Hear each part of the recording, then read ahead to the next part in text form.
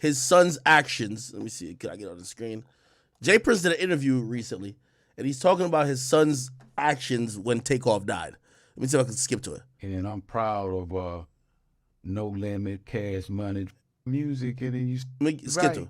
Who was at the ranch that day? I told Winky, now attacking me, stopping me from. got me to. I started doing hedge. But the whole unique thing about Murder Inc. and Rap-A-Lot. Hold on. You know what I mean? That's the devil whole mission. We're gonna destroy them. We're gonna. And Michael, down there, they fear that. Of course, I consider they couldn't believe it. Yeah. The creator that kill that shit before it come to fruition because they understand. Stay there with him. What? Aspect to it. Wasn't someone like yourself and I tell one to infiltrate, to explain what. Wait, hold on. I gotta figure out which part. Oh, the full. All right, this is the full interview. My bad. Oh, Jay. Since I ever met you. On the Fifth Ward, fucking with these motherfuckers. Movement right there. So when one at the end of the day asks. Oh yeah. Here we go.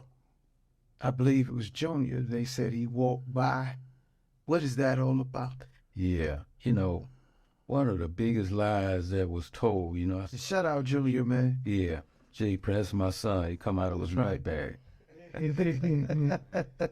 But, the thing is, like, one of the biggest lies that was told, he walked by, Takeoff body as if he was heartless and didn't care.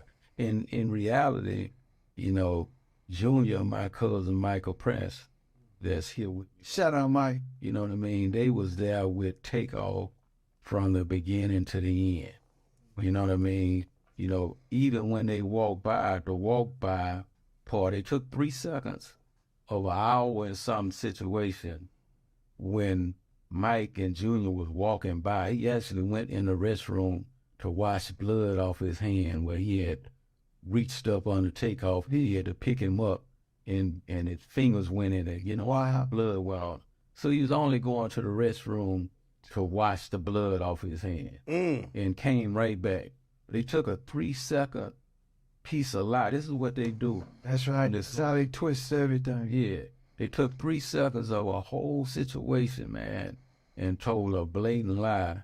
And the truth about it is, you got so many people that's weak-minded, today until a lie, is the truth. They embrace a lie like it's true. Well, we've seen it in our community how they divide and conquer. Yes. That's so that's really, to me, how they want to position it. They want to post doubt.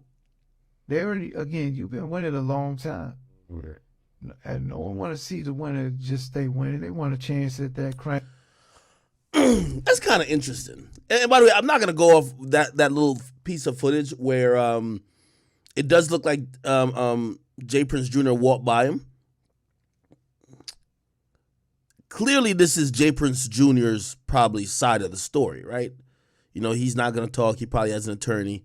The cops have probably looked at maybe any possible involvement of him, right? He probably, I'm pretty sure Jay Prince probably asked him, yo, son, what happened? And he probably told him, yo, that's what happened. Is he telling the truth? It's hard for me to say because even if I'm going by what he says there's let me go back. As if he was heartless and didn't care. In reality, Junior, my cousin Michael Prince, that's here with me. Shout out, Mike. You know what I mean? They was there with Takeoff from the beginning to the end. Like the beginning to the end, does that mean the beginning of the party till he died? Because also the police did say when they showed up, they said there was about supposedly like 50 people at the party. When they showed up, there was not a soul in sight but the person dead. Everybody ran. Niggas was hightailing it out of there. It's not like niggas was standing by. Maybe Quavo was somewhere in the vicinity, but it's not like people were standing by waiting, trying to resuscitate him or trying to get ambulances to get there or get medics or whatever. Everybody went home. You get what I mean? So I'm a little unclear what he means that they were there the whole time, unless he's saying from the beginning of the night till that moment. But I don't think people are questioning anything before that moment where Takeoff died. People are questioning after he died, right? You know what I mean?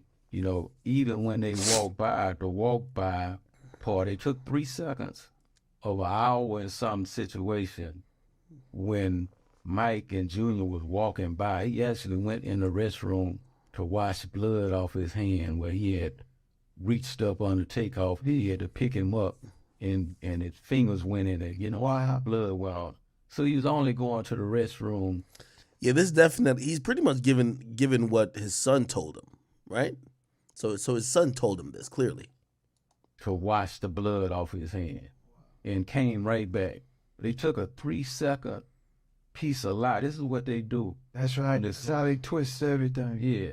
They took 3 seconds of a whole situation, man, and told a blatant lie.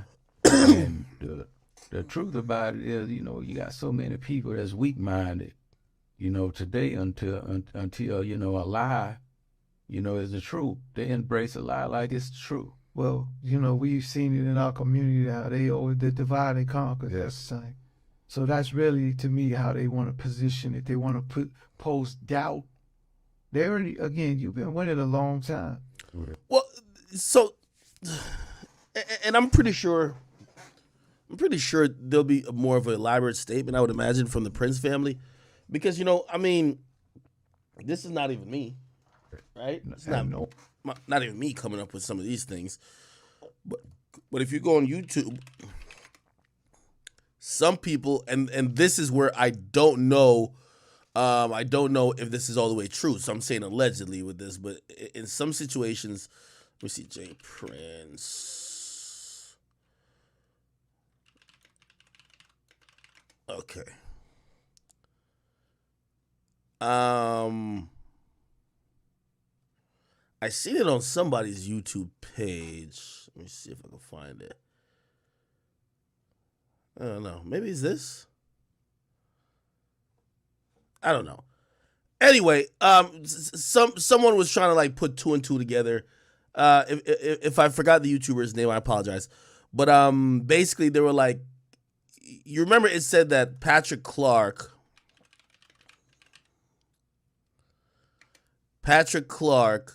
got what do you call it again? He got bonded out by a concerned citizen that posted the $1 million bond, right? Which we're assuming is $100,000 to a bail bondman, which is 10% usually. Or maybe there's some equity on property that got, you know, just put up as collateral or something of the sort. Now, what was interesting is, and I seen a YouTuber like kind of like, he pulled up the documents. I could probably pull it up, but I don't even know if I'm going to put that much effort in tonight. If you guys care about it, I'll do it tomorrow or something like that. But they protect the person's name that did put out that did pay for the bond. However, people believe it's Jay Prince's family because they looked at a prior case involving Jay Prince Jr. and they looked at this particular case, and while you can't see who paid for the bond, you could see what bail bondsman's company it went through, and it was the same identical bail bondsman's company. So people are trying to do, again, this might just be coincidence, right? Like a bail bondsman company, maybe there's a popular one that just deals with the majority of, you know, the majority of like bail stuff.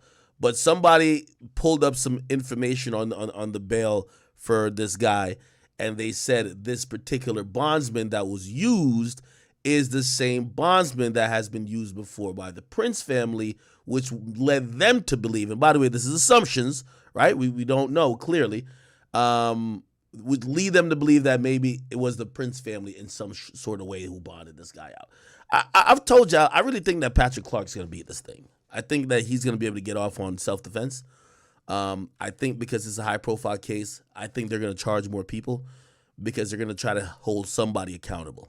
And if this is going via the narrative that I believe is going to be explained in court, if the narrative is saying this, this dude Patrick Clark started shooting only after people started shooting in his direction, whether it was at him or not. he was thereby defending himself. By the way, this is definitely his claim in court.